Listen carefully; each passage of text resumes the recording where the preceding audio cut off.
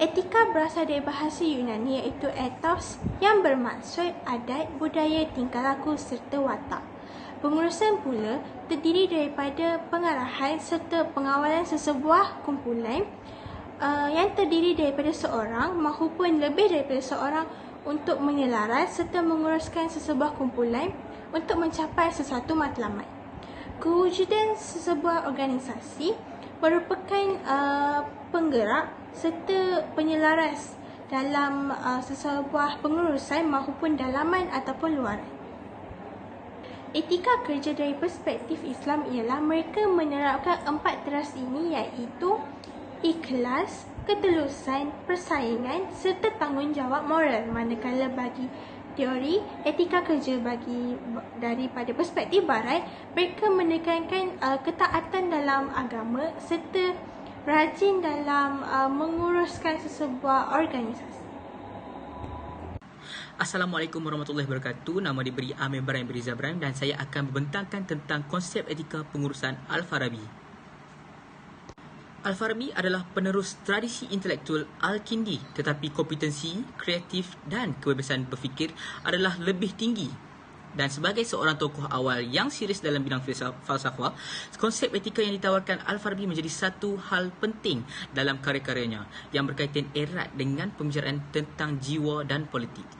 Terdapat 3 pokok utama pemahaman Al-Farabi iaitu tindakan manusia, kebahagiaan sebagai tujuan akhir dan kebahagiaan sosial. Al-Farabi menjelaskan bahawa manusia dapat berbuat baik jika ia berkehendak kerana ia bebas untuk mewujudkan apa yang kehendak dan perbuat. Akan tetapi kebebasan ini tunduk kepada hukum hak alam, masing-masing diberi kemampuan sesuai dengan kejadiannya. Berdasarkan pandangannya tentang tindakan manusia, Al-Farabi menyarankan agar manusia tidak bertindak tidak berlebihan yang dapat merosakkan jiwa dan fizik, namun harus mengambil posisi di tengah-tengah. Seterusnya, kebahagiaan yang dituju oleh falsafah dan moral diverifikasikan oleh teori dan dipraktikkan serta diusahakan oleh manusia melalui studi dan tingkah lakunya. Adalah kebaikan mutlak dan puncak segala puncak, batas akhir ketinggian manusia dan syurga bagi orang-orang yang mencapainya. Seterusnya, pokok yang terakhir, manusia menurut Al-Farabi bersifat sosial dan tidak mungkin akan hidup sendiri. Manusia hidup bermasyarakat dan saling bantu-membantu untuk kepentingan bersama dalam mencapai tujuan hidup iaitu kebahagiaan.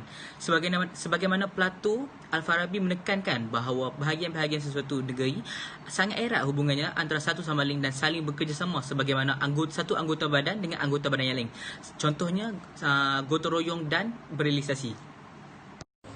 Assalamualaikum warahmatullahi wabarakatuh. Nama saya Syah Aiman bin Azmi dan hari ini saya akan menerangkan tentang pengurusan etika mengikut Aristotle. Okey, Aristotle mengatakan bahawa adalah suatu keperluan ihsan untuk mempraktikkan teori keperbezaan mulia dalam segala urusan demi melancarkan urusan seharian. Etika Aristotle pada dasarnya sama dengan etika Socrates dan juga Plato, iaitu gurunya sendiri, iaitu tujuan adalah untuk mencapai eudaimonia, iaitu bermaksud kebahagiaan adalah tujuan hidup yang tertinggi dalam kehidupan. Namun Aristotle memahaminya secara realistik dan sederhana dan juga tidak menekankan pengetahuan idea yang kekal dan tidak berubah-ubah. Terdapat 4 perkara yang disebutkan Aristotle di dalam karya beliau mengenai falsafah etika. Yang pertama adalah kebahagiaan sebagai tujuan utama dalam segala perbuatan manusia untuk mencapai tujuan. Kedua adalah kebahagiaan. Yang ketiga adalah kehidupan pembelajaran mengenai keutamaan. Dan yang terakhir adalah mengenai kehidupan yang sesuai. Untuk etika yang pertama, kebahagiaan sebagai tujuan utama dalam segala perbuatan mengejar manusia. Aristotle menjelaskan bahawa setiap manusia mempunyai ciri-ciri yang tertentu untuk menentukan diri mereka sendiri untuk membuat sesuatu perkara itu untuk mencapai kebahagiaan.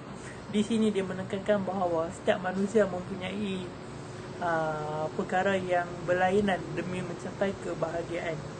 Okey, seterusnya adalah kebahagiaan melalui persahabatan. Aristotle menekankan bahawa persahabatan lebih penting daripada keadilan. Menurutnya, menerusi persahabatan itu akan menimbulkan rasa keadilan itu dengan secara tidak langsungnya. Okey, menurut isinya, jika mengandaikan bahawa kebahagiaan merupakan tujuan yang tertinggi di dalam kehidupan manusia, maka hal itu perlu dijelaskan kembali kerana hal ini berkaitan dengan pelbagai pendapat mengenai kebahagiaan diri sendiri. Apa yang dimaksudkan oleh Aristotle di sini bahawa kebahagiaan itu hanya boleh dicapai dengan diri kita sendiri. Apa yang membuatkan kita rasa bahagia dan apa yang tidak membuatkan kita rasa tidak bahagia. Yang ketiga adalah ajaran mengenai keutamaan. Di dalam keutamaan ini Aristotle menyatakan bahawa ajaran sangat berbeza oleh ahli falsafah sebelumnya iaitu Socrates dan juga Plato. Kerana keutamaan ini dicipta sendiri oleh Aristotle tentang etika keutamaan. Dia menerangkan bahawa di dalam hidup kita perlu ada keutamaan untuk mencapai kebahagiaan. Apa yang dimaksudkan beliau adalah di dalam hidup kita ini, kita perlu tahu apa keutamaan kita dan apa yang perlu kita capai. Keutamaan itu sama ada keutamaan itu penting ataupun tidak penting untuk kita. Dan yang terakhir adalah kehidupan yang sesuai.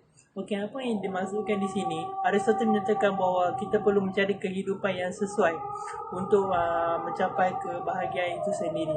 Itu saja dari saya. Terima kasih.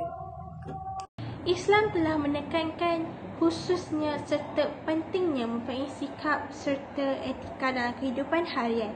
Manakala bagi Aristotle, ia tidak menyalahkan perspektif daripada Islam. Buah pemikiran yang logik daripada Aristotle telah banyak membantu manusia setakat ini. Sebagai seorang Islam yang taat, kita telah didedahkan dengan betapa pentingnya mempunyai adab serta etika dalam kehidupan harian di mana telah membawa kepada kebahagiaan hakiki yang sebenar.